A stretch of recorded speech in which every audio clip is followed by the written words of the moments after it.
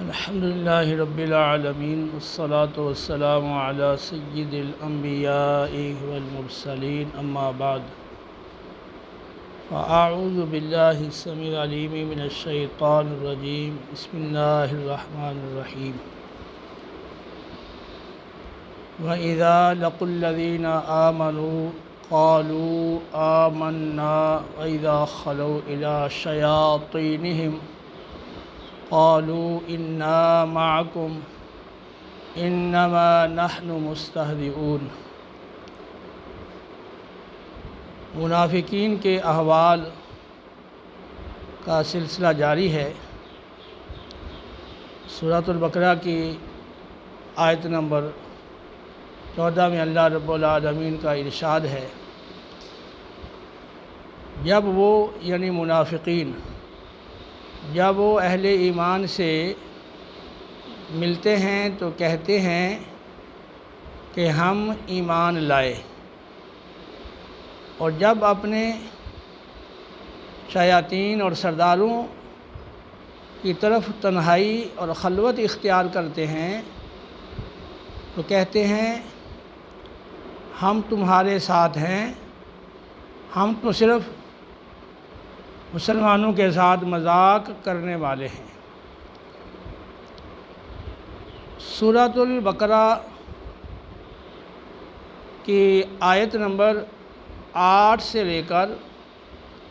آیت نمبر 20 تک ان 13 آیات میں منافقین کے احوال اور ان کی عادتوں کا ذکر ہے۔ اب اس آیت نمبر 14 کو سمجھنے کے لیے ہم چند سوالات قائم کرتے ہیں اور پھر ان سوالات کے جوابات کی روشنی میں اس آیت کے مفہوم کو سمجھنے کی کوشش کریں گے۔ سوال نمبر 1، منافق کا معنی کیا ہے؟ یعنی منافق کسے کہتے ہیں؟ نمبر 2،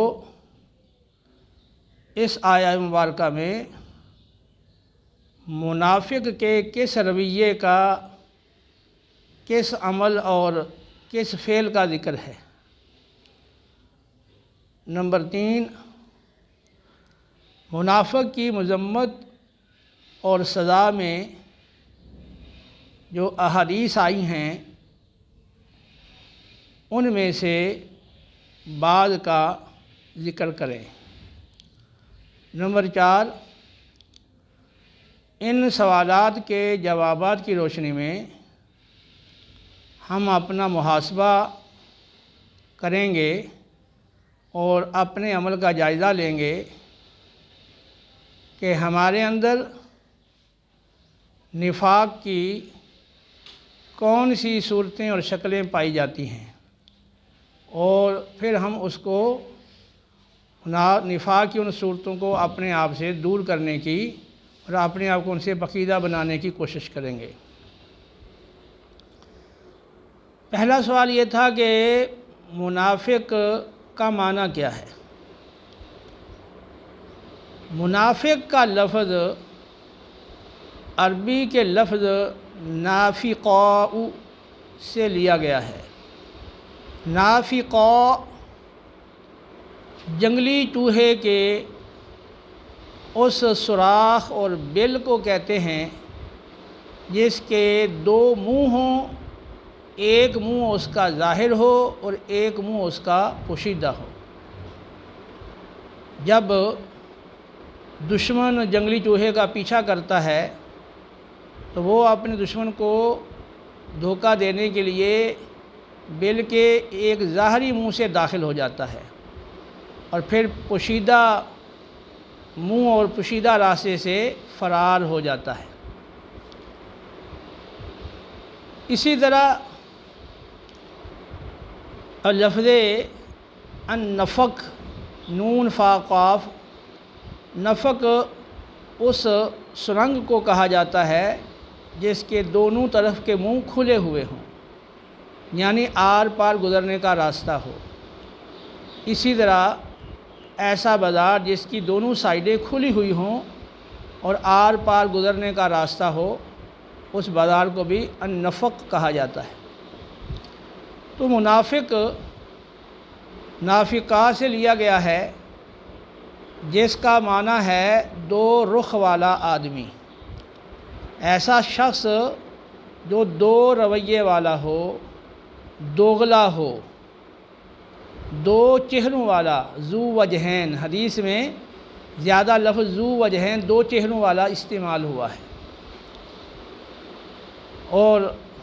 اس کی آپ بہت ساری مثالیں اپنے معاشرے کو دیکھ کر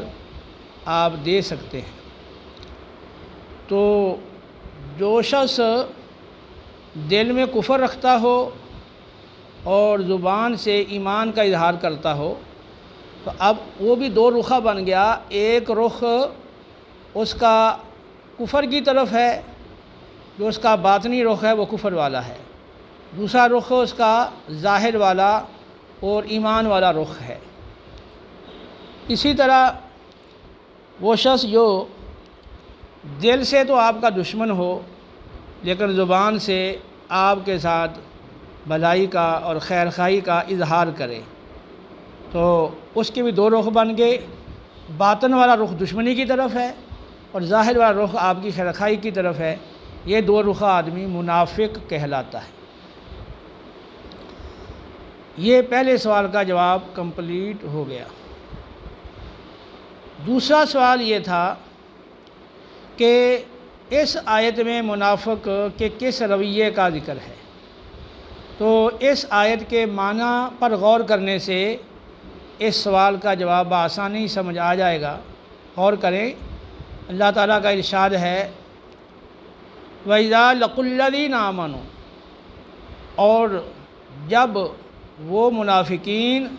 ملاقات کرتے ہیں ان لوگوں سے جو ایمان لائے ہیں، یعنی منافقین جب مسلمانوں سے ملتے ہیں تو کہتے ہیں قالوا آمنا، تو کہتے ہیں کہ ہم ایمان لائے، ہم بھی مومن ہیں، ہم بھی تم میں سے ہیں۔ اور وَإِذَا خَلَوْا إِلَىٰ شَيَاطِينِهِمْ، اور جب اپنے شیاطین اور اپنے لیڈروں اور سرداروں کی طرف تنہائی میں ہوتے ہیں تو کہتے ہیں قالوا انا معکم، تو اپنے لیڈروں کو اور سرداروں کو کہتے ہیں کہ ہم تو بلا شبہ تمہارے ساتھ ہیں۔ انما نحن مستہزئون، تو مسلمانوں کے ساتھ بوقت ملاقات جو ہم نے ایمان کا اظہار کیا تھا وہ تو ہم ان کے ساتھ مذاق کر رہے تھے۔ تو اب اس آیت کے اندر منافق کے دو رخ کا، دو چہروں کا، دو طرح کے رویوں کا ذکر ہے۔ ایک رخ ان کا ایمان والوں کے ساتھ ہے، جب ایمان والوں سے ملتے ہیں تو کہتے ہیں کہ ہم مومن ہیں اور ہم تم میں سے ہیں، ہم تمہارے ساتھ ہیں۔ دوسرا رخ ان کا کفر کے سرداروں کی طرف ہے، جب انہیں ملتے ہیں تو کہتے ہیں ہم تو حقیقت میں تمہارے ساتھ ہیں، مسلمانوں کے سامنے جو ہم ایمان کا اظہار کرتے ہیں وہ تو محض ہم ان کے ساتھ مذاق کرتے ہیں۔ تو یہاں 13 آیات کے اندر جو منافقین کے احوال کا ذکر ہے، تو اس آیت نمبر 14 میں ان کے خاص مرکزی حال کا ذکر ہے کہ جو منافق ہے تو اس کے دو رخ ہوتے ہیں، دو رویے ہوتے ہیں، اس کی زبان پر کچھ ہوتا ہے اور اس کے دل میں کچھ ہوتا ہے۔ تو یہاں صراحتاً اس کے دو رویوں کا ذکر کیا گیا۔ اس کا قرآن پاک میں بھی ذکر ہے مذبذبین بین ذالک لا الہ ہؤلاء لا الہ ہؤلاء، تو کافر وہ ایمان اور کفر کے مابین مذبذب ہیں، حیران ہیں، متردد ہیں، وہ نہ تو پورے طور پر اہل ایمان کی طرف ہیں اور نہ ہی پورے طور پر اہل کفر کی طرف ہیں۔ تو دوسرے سوال کا جواب کمپلیٹ ہو گیا کہ منافق اس کو کہتے ہیں۔ منافق کا یہاں رویہ جو ذکر کیا گیا ہے وہ یہ ہے کہ وہ ایک فریق سے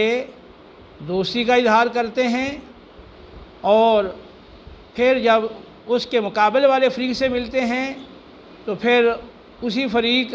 پہلے فریق کے حوالے سے وہ دشمنی کا اور دوسرے فریق کے ساتھ دوستی کا اظہار کرتے ہیں۔ قرآن پاک کے اندر ان کی اس روش کا اور مقامات پہ بھی ذکر کیا گیا ہے۔ وَإِذَا لَقُوا الَّذِينَ آمَنُوا قَالُوا آمَنَّا وَإِذَا خَلَا بَعْضُهُمْ إِلَىٰ بَعْضٍ قَالُوا أَتُحَدِّثُونَهُمْ بِمَا فَتَحَ اللَّهُ عَلَيْكُمْ لِيُحَاجُّوكُمْ بِهِ عِندَ رَبِّكُمْ أَفَلَا تَعْقِلُونَ۔ جب وہ اہل ایمان سے ملتے ہیں تو کہتے ہیں کہ ہم ایمان لائے، اور جب وہ ایک دوسرے کی طرف تنہائی اختیار کرتے ہیں تو کہتے ہیں کہ تم مسلمانوں کو اپنی کتاب تورات والی وہ باتیں بتاتے ہو جو اللہ نے صرف تم پر کھولی اور واضح فرمائی ہیں، تو تم یہ کر رہے ہو تاکہ وہ تمہارے خلاف بروز قیامت اللہ کی بارگاہ میں حجت پیش کریں، دلیل پیش کریں، اور وہ یہ کہیں کہ یا اللہ ان کو پتہ تھا کہ یہ سچے رسول ہیں، انہوں نے خود اپنی کتاب میں لکھی ہوئی باتیں ہمیں اس حوالے سے بتائی تھیں، لیکن اس کے باوجود انہوں نے نہیں مانا اور یہ سچے دل سے ایمان نہیں لائے۔ تو تم تورات کی باتیں جو تم پر کھولی گئی ہیں وہ ان کو بتاتے ہو تاکہ مسلمان تمہارے خلاف اللہ کی بارگاہ میں حجت پیش کریں، تو کیا تم عقل نہیں رکھتے ہو؟ ایسا کیوں کر رہے ہو؟ تو اس میں ایک تو یہ بتایا گیا ہے کہ ان کے دو رویے تھے۔ جب مسلمانوں کے پاس بیٹھتے تھے تو ایمان کا اظہار کرتے تھے، اور بعض اوقات مسلمانوں کی حمایت میں وہ اپنی تورات والی کچھ باتیں بھی ذکر کر دیا کرتے تھے، اور جب وہ علیحدگی اختیار کرتے تھے مسلمانوں سے اور آپس میں اپنی نجی محفلوں میں بیٹھتے تھے پھر وہ ایک دوسرے کو ملامت کرتے تھے کہ مسلمانوں کے سامنے تم نے ان کی حمایت میں اپنی تورات والی باتیں کیوں کی ہیں، اور ایک دوسرے کو افلا تعقل، کیا تمہیں عقل نہیں ہے، اسے وہ ملامت کرتے تھے ان الفاظ سے۔ اس سے یہ بھی پتہ چلتا ہے کہ ان کا اللہ پر ایمان کیسا تھا، ان یہودیوں کا۔ کیا اگر مسلمان وہاں حجت پیش کریں گے ان کے خلاف تبھی اللہ تعالیٰ کو پتہ چلے گا، تو ویسے اللہ تعالیٰ ان کی پوچھ گچھ یا مواخذہ نہیں کرے گا اس عمل پر۔ اسی طرح ایک اور مقام پر ہے وَإِذَا لَقُوكُمْ قَالُوا آمَنَّا، اور جب وہ تم سے ملاقات کرتے ہیں اے مسلمانوں تو کہتے ہیں کہ ہم ایمان لائے، اور وَإِذَا خَلَوْا، اور جب وہ علیحدہ ہوتے ہیں، تنہائی اختیار کرتے ہیں، تو پھر وہ تم پر غصے کی وجہ سے انگلیاں چباتے ہیں۔ وَإِذَا خَلَوْا عَضُّوا عَلَيْكُمُ الْأَنَامِلَ مِنَ الْغَيْظِ، غصے کی وجہ سے وہ اپنی انگلیاں کاٹتے ہیں۔ مُوتُوا بِغَيْظِكُمْ إِنَّ اللَّهَ عَلِيمٌ بِذَاتِ الصُّدُورِ، تو اے منافقو، اے یہودیو، تم اپنے غصے میں مر جاؤ، بے شک اللہ تعالیٰ تو سینوں کی باتوں کو خوب جاننے والا ہے۔ تو یہاں بھی یہ ہے کہ جب مسلمانوں سے اے مسلمانوں تم سے ملتے ہیں تو کہتے ہیں ہم ایمان لائے، اور جب تنہائی میں ہوتے ہیں تو مسلمانوں کی ترقی اور اسلام کی ترقی دیکھ کر جلتے ہیں اور انگلیاں کاٹتے ہیں اور غصے کا اظہار کرتے ہیں مسلمانوں کے خلاف۔ تو یہ قرآن پاک کے مختلف مقامات کی روشنی میں معلوم ہوا کہ جب مسلمانوں سے ان کی ملاقات ہوتی تو ایمان کا اظہار کرتے، اور جب اپنے بڑے سرداروں کے ساتھ تنہائی میں ہوتے یا آپس میں تنہائی میں ہوتے تو پھر مسلمانوں پر غصے کا اظہار کرتے، اور اگر مسلمانوں کی حمایت میں کوئی بات کہی ہوتی تو اس پر ایک دوسرے کو ملامت کرتے، اور اپنے سرداروں کو یہ جتلاتے کہ ہم تمہارے ساتھ ہیں، مسلمانوں کا تو ہم صرف مذاق اڑاتے ہیں۔ اور یہ ان کی خاص روش تھی، مسلمانوں کا مذاق اڑانا، اور وہ مختلف مواقع پر اپنی تنہائی کی مجلسوں میں اسلام اور اہل اسلام کا، خصوصاً رسول اللہ صلی اللہ علیہ وسلم کا بھی وہ مذاق اڑایا کرتے تھے۔ سورہ توبہ کے اندر ان کے حوال کو کھول کے ذکر کیا گیا ہے۔ اسی طرح مسلمان جو صدقات و خیرات کرتے تھے تو جو زیادہ مال اللہ کی راہ میں پیش کرتے ان پر وہ ریاکاری کا الزام لگاتے کہ یہ تو ریاکاری کے طور پہ مال خرچ کر رہے ہیں، اور جو مومنین محنت مزدوری کر کے تھوڑا بہت جو انہیں میسر آتا وہ صدقہ کرتے تو اس کا مذاق اڑاتے کہ اللہ کو اس تھوڑے سے مال کی کیا حاجت ہے، الذین یلمزون المتطوعین من المؤمنین فی الصدقات والذین لا یجدون الا جہدہم، اور وہ لوگ جو عیب لگاتے ہیں ریاکاری کا ان مومنین کو جو رضا و رغبت کے ساتھ دل کھول کر صدقات و خیرات کرتے ہیں، اور ان مومنین پر الزام لگاتے ہیں اور جو اپنی محنت اور مزدوری کی اجرت کے سوا کچھ نہیں پاتے۔ فَيَسْخَرُونَ مِنْهُمْ، پس وہ مسلمانوں کا مذاق اڑاتے ہیں، ان صدقہ کرنے والے مسلمانوں کا۔ ساخر اللہ منہم، اللہ ان کو اس مذاق کی سزا دے گا۔ لہم عذاب علیم، اور ان کے لیے دردناک عذاب ہے۔ تو ہمارا جو دوسرا سوال تھا منافق کے رویے والا، اس کا جواب کمپلیٹ ہو گیا کہ منافق کا رویہ وہ دو رخا ہوتا ہے، اور اس کا جو رویہ ہے دوگلے پن پر، دوگلا پالیسی پر مشتمل ہوتا ہے کہ وہ ایک فریق کے سامنے کچھ کہتا ہے، دوسرے فریق کے سامنے کچھ کہتا ہے۔ یہ ہے منافق کا رویہ۔ اور تیسرا جو سوال تھا منافق کی مذمت اور سزا کے حوالے سے، تو بخاری مسلم کی حدیث پاک ہے کہ تم بروز قیامت سب سے بدتر اس شخص کو پاؤ گے جو دو چہروں والا ہوگا، یعنی ذو وجہین، جو دو چہروں والا ہوگا، دو رخا ہوگا، منافق ہوگا، اس کو سب سے بدتر شخص پاؤ گے۔ دارمی کی صحیح سند کے ساتھ روایت ہے، نبی کریم علیہ السلام نے فرمایا کہ جو دو چہروں والا شخص ہے روز قیامت اس کے لیے دو آگ کی زبانیں ہوں گی۔ ترمذی میں بھی حدیث موجود ہے، لیکن دارمی میں صحیح سند کے ساتھ ہے،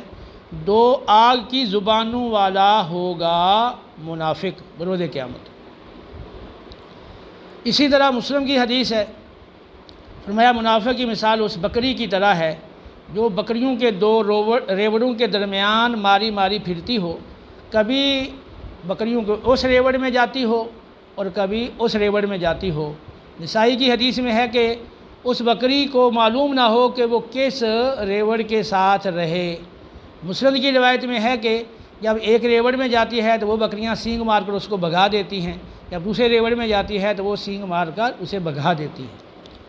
تو اب منافق کی مثال دی گئی ہے بکری کے ساتھ جو دو ریوڑوں کے درمیان متردد رہتی ہے، کبھی اس ریوڑ میں کبھی اس ریوڑ میں۔ بعد نے اس کی تشریح میں کہا کہ وہ بکرے کی تلاش میں کبھی ایک ریوڑ میں جاتی ہے، کبھی دوسرے ریوڑ میں جاتی ہے۔ تو نفاق کی قباحت کو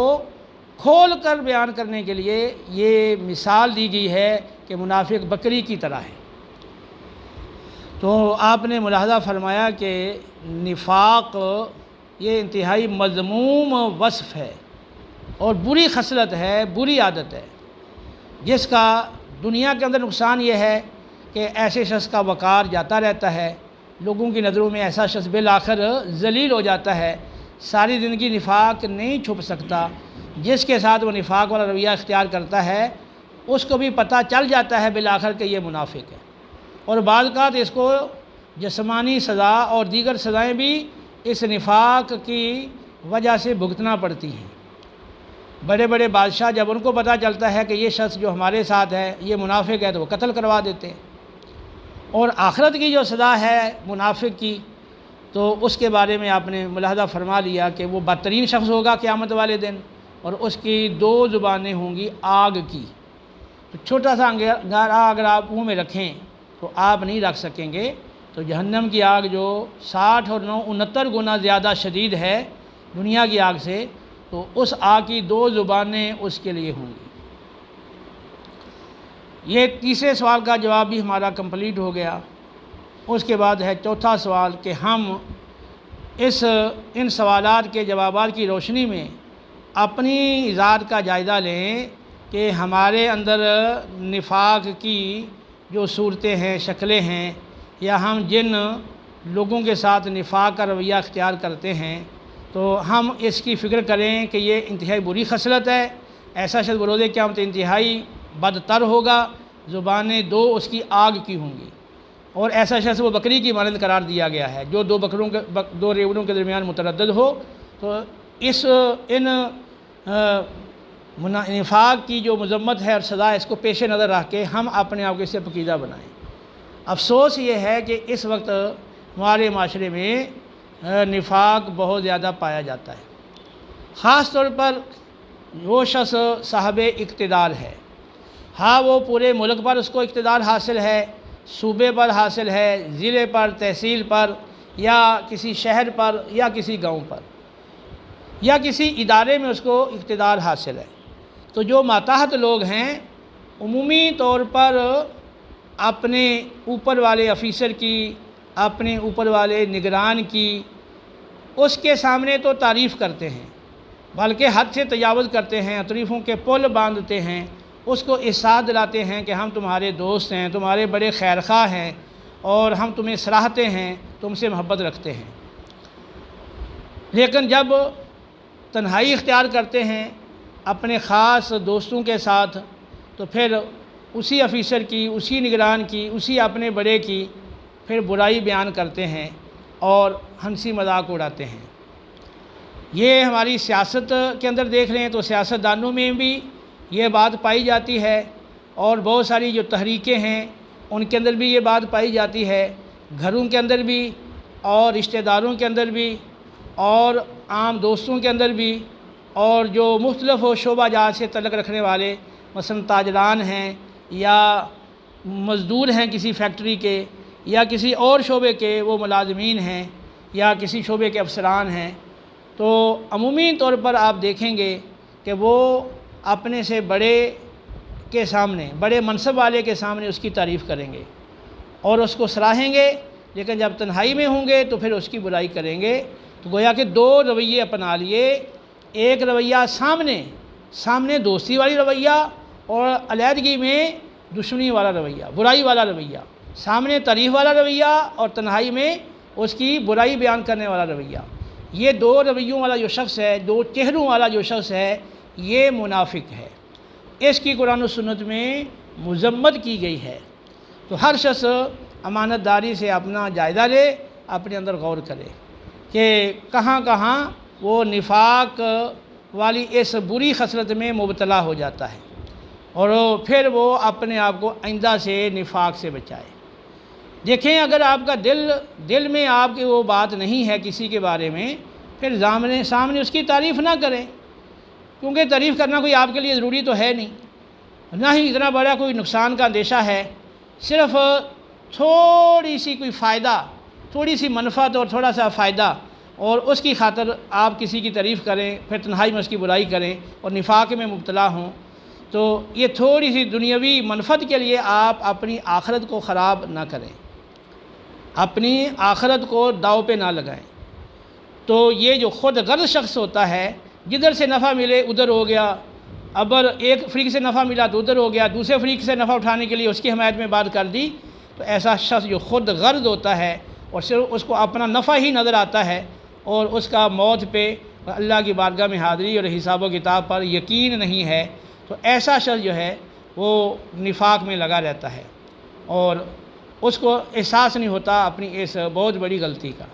لیکن جس کا ایمان سچا ہے، اللہ کی بارگاہ میں حاضری کا خوف ہے، جب اس کے سامنے یہ بات آخرت کی جائے اور سمجھایا جائے، نصیحت کی جائے، تو وہ فوراً ڈر جاتا ہے اور اللہ کی بارگاہ میں پچھلی کوتاہی کی توبہ کرتا ہے، آئندہ نفاق سے بچنے کا مکمل ارادہ کرتا ہے۔ تو یہ آیت مبارکہ سورۃ البقرہ کی آیت نمبر 14، جس میں یہ بتایا گیا کہ منافقین کا رویہ یہ ہے کہ مسلمانوں سے جب ملاقات کرتے ہیں تو کہتے ہیں کہ ہم ایمان لائے ہیں، یحلفون باللہ، قسم کھا کر کہتے ہیں، انہ لمنکم، کہ اے مسلمانوں، وہ قسم کھا کے کہتے ہیں کہ ہم تم میں سے ہیں، کہ وہ تم میں سے ہیں، وما ہم منکم، حالانکہ وہ تم میں سے نہیں ہیں، ولکنہم قوم یفرقون، بلکہ لیکن وہ ڈرپوک لوگ ہیں، ان کی ہمت نہیں پڑتی کہ وہ دل کے کفر کو زبان پر بھی لا سکیں۔ تو فرمایا جب مسلمانوں سے ملاقات کرتے ہیں تو کہتے ہیں کہ ہم ایمان لائے، اور جب اپنے شیطانوں کی طرف علیحدہ ہوتے ہیں تو کہتے ہیں ہم تو تمہارے ساتھ ہیں، ہم مسلمانوں کے ساتھ اسے مذاق کر رہے تھے۔ کیا اس میں ایک لفظ شیاطین آ گیا ہے؟ تو ایک سوال یہ بھی ہے کہ اس کا معنی کیا ہے، شیاطین کا کیا معنی ہے؟ دیکھیں لفظ جو شیطان ہے، اگر اس کی نون اصلی مان لیں تو شین طا نون شطن، پھر اس کا معنی ہوتا ہے بعد اور دوری کو کہتے ہیں۔ تو شیطان وہ ہے جو اللہ کی رحمت سے اور اس کی بارگاہ سے دور ہے۔ اور اگر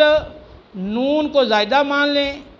تو شین یاتا شاتا یشیتو، پھر اس کا معنی ہوتا ہے غصے سے جلنے والا، غصے سے جل جائے، جلنے والا جو ہے، اور جلنا جو ہے اس کو کہتے ہیں۔ اور باقی یہ لفظ شیطان انتہائی سرکش اور جو انتہائی نافرمان ہو، انتہائی شرارتی قسم کا ہو، ہاں وہ انسان ہو، ہاں وہ جن ہو، ہاں وہ کوئی حیوان ہو، اس کو شیطان کہا جاتا ہے۔ تو جو انتہائی خطرناک سانپ ہے اس کو بھی شیطان کہا جاتا ہے۔ تو یہاں قرآن پاک میں جو کفر کے لیڈر ہیں اور کفر کے پیشوا ہیں اور سرداران کفر ہیں، ان کے لیے یہ لفظ استعمال کیا گیا۔ تو انتہائی شرارتی اور انتہائی سرکش شخص کو یا جن کو یا حیوان کو شیطان کہا جاتا ہے، ٹھیک ہے۔ مزید یہ ہے کہ بعض اوقات کسی کی مذمت بیان کرنے کے لیے اس کو شیطان کے ساتھ تشبیہ دی جاتی ہے، اور بعض اوقات تشبیہ والے الفاظ وہ زبان میں لفظوں میں ذکر کیے جاتے ہیں، جیسے کہا جاتا ہے کہ تو شیطان کی مثل ہے، اور کبھی تشبیہ والے لفظ کو عبارت میں کلام میں ذکر نہیں کیا جاتا ہے، سیدھا ہی کہہ دیا جاتا ہے کہ تو شیطان ہے۔ تو مطلب کیا ہے کہ تو انتہائی سرکش اور انتہائی شرارتی شخص کی طرح ہے۔ تو مذمت بیان کرنے کے لیے تشبیہ کے طور پر بھی شیطان کہا جاتا ہے۔ تو یہ بات میرے خیال آپ کو سمجھ میں آ گئی ہوگی کہ قرآن میں جہاں جہاں لفظ شیطان آئے گا تو وہ کفر کے جو سردار ہیں اور جو کفر کے لیڈر ہیں، ہاں وہ منافق ہو، ہاں وہ کوئی یہودی ہو، ہاں وہ کوئی مشرک ہو، جو کفر کا سردار ہے اور جو انتہائی سرکش ہے اور انتہائی شرارتی ہے اور اسلام کا انتہائی مخالف ہے، انتہائی نافرمان ہے، اس کو شیطان کہا جاتا ہے۔ آپ ان سوالوں کے جواب کو نوٹ کر لیں اور پھر ان کی روشنی میں اپنا محاسبہ کریں، اور اس نفاق کی خصلت کو ہم اپنے آپ سے دور کرنے کی کوشش کریں اور اپنے آپ کو اس خصلت سے پاکیزہ بنائیں۔ اللہ عمل کی توفیق عطا فرمائے۔